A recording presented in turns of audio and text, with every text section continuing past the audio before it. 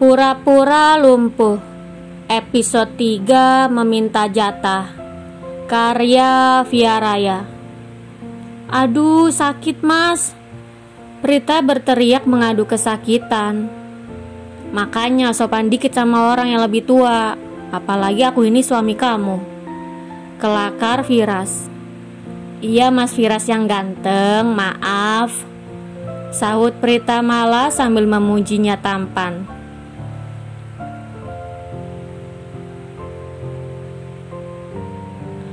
Prita berusaha menyelamatkan diri dengan cara memuji suaminya.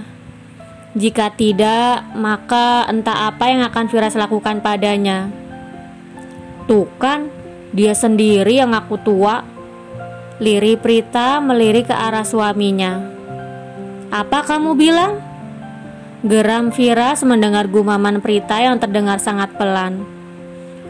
Enggak, aku gak bilang apa-apa kok. Sahut Prita mengelak. Awas saja kamu ya, sungut Firas dengan nada mengancam. Ampun mas, ampun, jangan disentil lagi. Sakit tahu. Orang nanya bukannya dijawab malah kemana-mana. Kata Prita menutup dahinya agar tidak disentil lagi. Papa sama mama gak tinggal satu rumah sama aku. Jadi nanti kita cuma tinggal berdua aja, jawab Firas datar. Apa? Prita berteriak membuat Firas terkejut.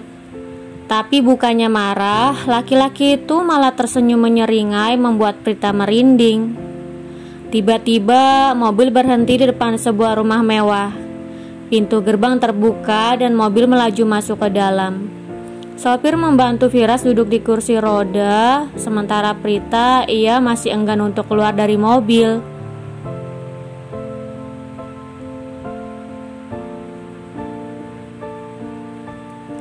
Jantungnya berdegup kencang tidak seperti biasanya. Ia takut setelah masuk rumah nanti Firas akan meminta haknya darinya. Kalau boleh jujur, gadis itu masih belum siap. Kenapa diem aja? Ayo turun, ajak Firas melihat tidak ada pergerakan dari Prita. Prita takut jika harus tinggal berdua saja dengan suaminya.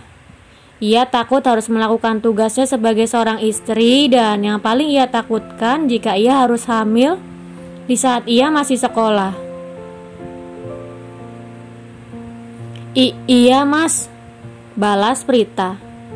Dengan berat hati, Prita melangkahkan kakinya keluar dari mobil dan masuk ke dalam. Ia melihat rumah mewah bak istana terpampang jelas di matanya. Ia tidak berpikir bahwa ini benar-benar rumah. Justru ia berpikir bahwa ia sedang berada di surga. Karena rumah ini benar-benar indah dan ini pertama kali baginya menginjakan kakinya di rumah semewah bak istana itu. Ini rumah kamu mas? Tanya Prita. Rumahnya super besar melebihi lapangan sepak bola.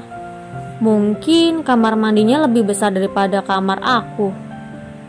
Imbu Prita membatin. Iyalah rumah aku.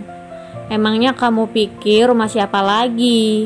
Jawab Firas malas. Rumah sebesar ini cuma kita berdua aja yang tinggal di sini. Tanya Prita tidak percaya. Iya Prita, tapi sebenarnya nggak cuman kita berdua aja sih, masih ada asisten rumah tangga juga yang tinggal di sini. Sahut Prita menjelaskan. Tentu saja ada asisten rumah tangga. Kalau tidak, siapa yang akan membersihkan rumah sebesar itu? Namun Prita masih tidak mengerti. Bagaimana bisa rumah sebesar itu hanya ditinggali Firas seorang? Kenapa kedua orang tuanya tidak tinggal bersama di sana? Kenapa mereka memilih untuk tinggal berjauhan? Kenapa orang tua kamu gak ikut tinggal di sini aja mas biar rame? Kalau kayak gini kan sepi gak enak. Kata Prita melihat rumah sebesar itu sepi tanpa penghuni. Gak bakal sepi lagi, kan udah ada kamu. Ayo kita masuk ke kamar, aku pengen istirahat. Jawab Firas menengadahkan kepalanya menatap ke atas arah Prita. Kemudian ia mengajak Prita ke kamar. Hal yang paling membuat Prita takut ketika masuk ke dalam rumah ini adalah kamar. Ia berpikir apa yang akan Firas lakukan setelah masuk kamar nanti. Hanya memikirkan itu saja membuat Prita merinding. "Kita nggak satu kamar kan, Mas?" tanya Prita menatapnya ngeri. "Emangnya kenapa? Kita kan udah sama jadi suami istri," sahut Firas tersenyum menyeringai. Melihat cara pria itu tersenyum membuat Prita takut. Apa yang harus ia lakukan jika nanti Firas meminta jatah darinya? "Mas Firas nggak akan minta itu dari aku kan?" tanya Prita lagi. "Minta apa?" kata Firas balik bertanya. Gadis itu tidak tahu apakah Firas benar-benar tidak tahu atau memang pura-pura tidak tahu. Yang pasti saat ini ia benar-benar takut melihat ekspresi wajah suaminya. Enggak. Ayo kita masuk," ajak Prita dengan suara tergagap, tidak tahu harus menjawab apa. Kemudian ia mendorong kursi roda mengajak Firas masuk ke dalam kamar. "Minta apa, ayo?" Firas masih saja menanyakan hal yang sama. Mungkin karena ia penasaran melihat Prita tergagap. "Gak apa-apa, Om," sahut Prita sengaja mengalihkan perhatian. "Kamu berani manggil aku Om lagi? Kamu mau aku minta itu dari kamu?" kata Firas dengan nada mengancam. Enggak, ampun Mas, aku cuman bercanda kok," Prita menyahutnya tegas dengan suara bergetar. Ia takut dan ia belum siap. Ternyata Firas mengetahui maksud dari perkataan istri kecilnya tadi, namun ia sengaja berpura-pura tidak tahu. "Dasar om-om nyebelin," gumam Prita. "Masih berani kamu? Awas aja ya kalau aku sampai dengar kamu manggil aku om lagi," ancam Firas menatap Prita sambil mengangkat sudut bibirnya. Ia menengadahkan kepalanya menatap ke arah Prita yang berdiri tepat di belakangnya. Klek. Prita membuka pintu kamar dan terkejut melihat bunga mawar merah bertaburan di mana-mana membentuk hati. Harum bunga mawar merah itu semerbak menyelimuti indera penciumannya. Lilin-lilin menyala menerangi ruangan. Benar-benar terlihat sangat romantis. "Kamu kenapa gugup gitu?" tanya Firas melihat gerak-gerik Prita.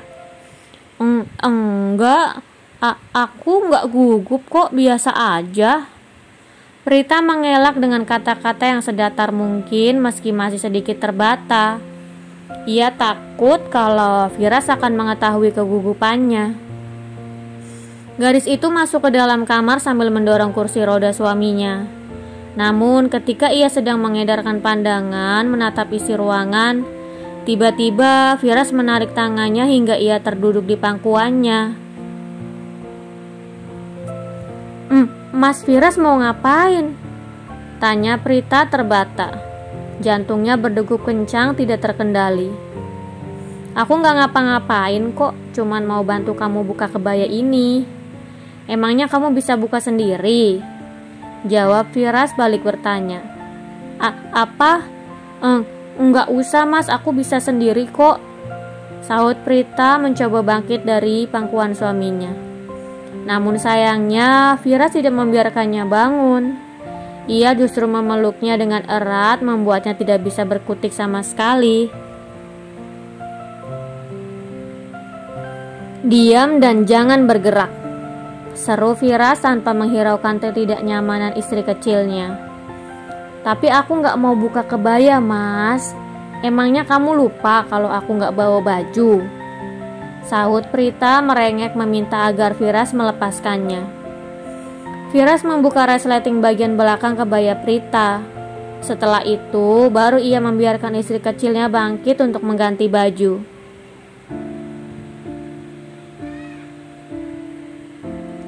"Udah selesai, kamu tunggu sebentar, aku ambilkan baju dulu," kata Firas menjalankan kursi rodanya mencari baju di ruang ganti. Pakai ini dulu, nanti aku akan membelikan baju untukmu, sambung Firas sambil menyodorkan kemeja putih miliknya.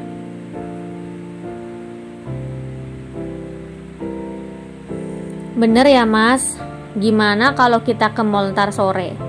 Aku pengen beli baju baru, soalnya terakhir kali aku beli baju lebaran tahun lalu. Prita mengerlingkan matanya, berencana untuk melancarkan rencananya menghamburkan uang sang suami. Boleh, nanti sore kamu ingetin aku aja biar gak lupa, jawab Firas meminta agar Prita mengingatkannya. Siap bos, kata Prita mengangkat telapak tangannya dan meletakkannya di dahi. Prita menerima kemeja pemberian Firas dan bergegas berjalan menuju kamar mandi. Kemudian ia lekas mengganti bajunya dengan memakai kemeja putih yang diberikan Firas untuknya. Bersambung. Jangan lupa untuk like, komen, share, subscribe, dan tekan tombol lonceng untuk mendapatkan notifikasi episode selanjutnya. Terima kasih.